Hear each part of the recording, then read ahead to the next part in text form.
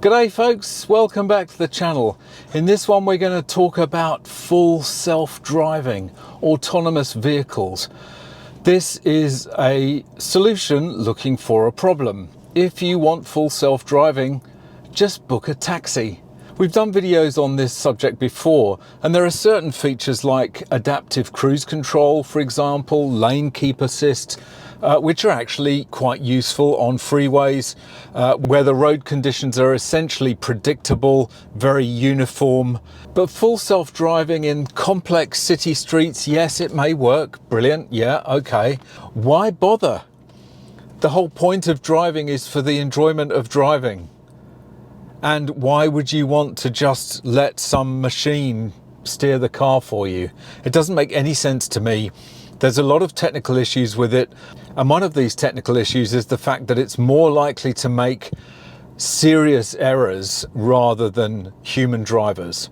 So human drivers are tending to make small mistakes, but they can avoid generally catastrophic errors. Self-driving autonomous vehicles, they tend to be able to avoid the small things but suddenly do something completely out of character and dangerous, like swerving into a central reservation, and that's the nature of machine learning. So we've got a couple of stories to look at today. The main one is about an investigation in the US into FSD, but firstly we've got this story in Australia of a class action which is being launched against Tesla in relation to FSD. Exclusive: Tesla accused of misleading thousands with full self-driving. Australian Tesla owners are furious after being left in limbo by the company which broke major promises. That's the thing that Tesla has been saying for 6 years now, I think, that every car that they make has got the facilities for full self-driving, just hasn't materialized. Australian Tesla owners, frustrated by broken promises surrounding its self-driving features, have joined a class action against the car maker. Tesla owners allege the company failed to deliver key features that were promised but never delivered to people who bought cars made before 2024.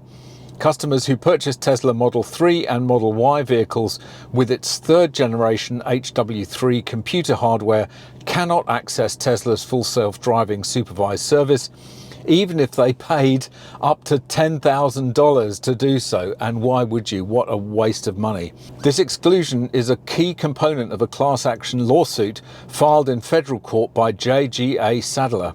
Rebecca Jankauskas, a director for the firm, told News Corp Australia thousands of Australians have joined the proceedings. Tesla made promises about their vehicle's safety, performance and features such as their full self-driving, but we have found a lot of these promises are falling flat, she said. Tesla did not provide a comment when contacted for this report. The claims stem from years of bold promises. Jankauskas said owners forked out for upgrades and capabilities that simply have not been delivered, and that Tesla's marketing material did not align with the reality. It started in 2016 when Tesla announced in a blog that all cars exiting the factory in October that year had hardware needed for full self-driving capability. In a blog post since deleted by the company, it said that as of today, all Tesla vehicles produced in our factory, including Model 3, will have the hardware needed for full self-driving capability at a safety level substantially greater than that of a human driver. And now it's going to the federal court in Australia. So it will be very interesting to see if Tesla decides to try and settle this one or whether it will go to trial. Stay tuned. If you're enjoying this video and want to help eradicate the EV and net zero mind virus, please give this video a like and click that free subscribe button down below and enable all notifications so you don't miss out on any future videos. And if you'd like to support this channel, head over to the MGUY store where you can buy some awesome anti-EV merch to annoy your local EV zealot.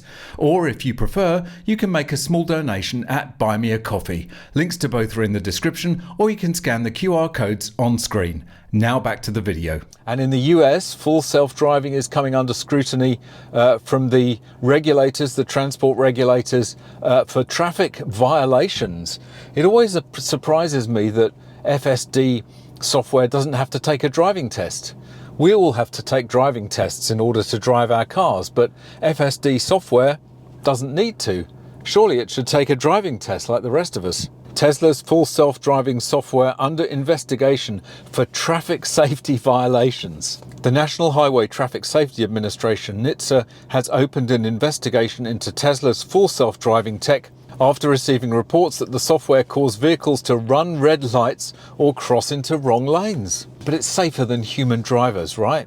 The probe, which identified more than 50 reports of these kinds of violations, 4 of which led to injuries, is one of the first specifically targeted at Tesla's full self-driving FSD driver assistance software. The NHTSA previously opened an investigation into FSD in October 2024 after receiving reports of crashes in low visibility conditions. Tesla's self-driving and autonomous driving systems only use cameras. Doesn't use any kind of LiDAR to detect objects, only uses cameras. So if those cameras are obscured or there's poor visibility, makes it less reliable. The Federal Safety Agency in April 2024 closed an investigation into Tesla's less capable autopilot system after identifying 13 fatal crashes related to the misuse of that software. A separate investigation into the efficacy of the fix Tesla issued to autopilot remains open. The new investigation was opened the same week that Tesla released the latest version of the software, which CEO Elon Musk has spent months hyping. The new version is supposed to incorporate training data that Tesla acquired during its limited robotaxi pilot currently underway in Austin, Texas. The Safety Agency's Office of Defects Investigation, ODI, said on Thursday that it has received at least 18 complaints and 1 media report alleging that Tesla's FSD software failed to stop the car or stay stopped at red lights. In addition, ODI said it identified 6 reports from Tesla under the agency's Standing General Order for Crash Reporting, SGO, which requires companies to submit information about crashes involving autonomous or partially autonomous cars. Well, personally, I hate the idea of autonomous vehicles. I hate the idea of FSD. Yes, there can be some driver assistance features which can be useful, like, as I say, adaptive cruise control, lane keep assist, all those kind of things are useful for a driver, but primarily it should be the driver in control of a motor vehicle, not some kind of software program. And I was referring to this study that was done a couple of years ago by an organization in the US, which found that there were issues with autonomous vehicles making different kinds of errors from human drivers. And some of those different kinds of errors could be far more catastrophic than those that would generally be made by humans.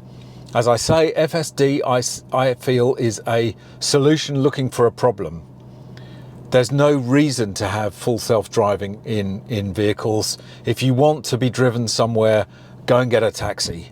But for your average car, it should remain under the control of the driver. And that's the way I feel it should be until or unless these autonomous systems are far more reliable and dependable than they are right now. All right, that's it for this one. Thanks very much for watching. Really hope you enjoyed it. See you in the next one. Bye for now. Thanks very much for watching. Really hope you enjoyed it. If you've got any tips or stories, go there. If you'd like to watch another video, go there. If you'd like to buy me a coffee, go there. And please subscribe to the channel.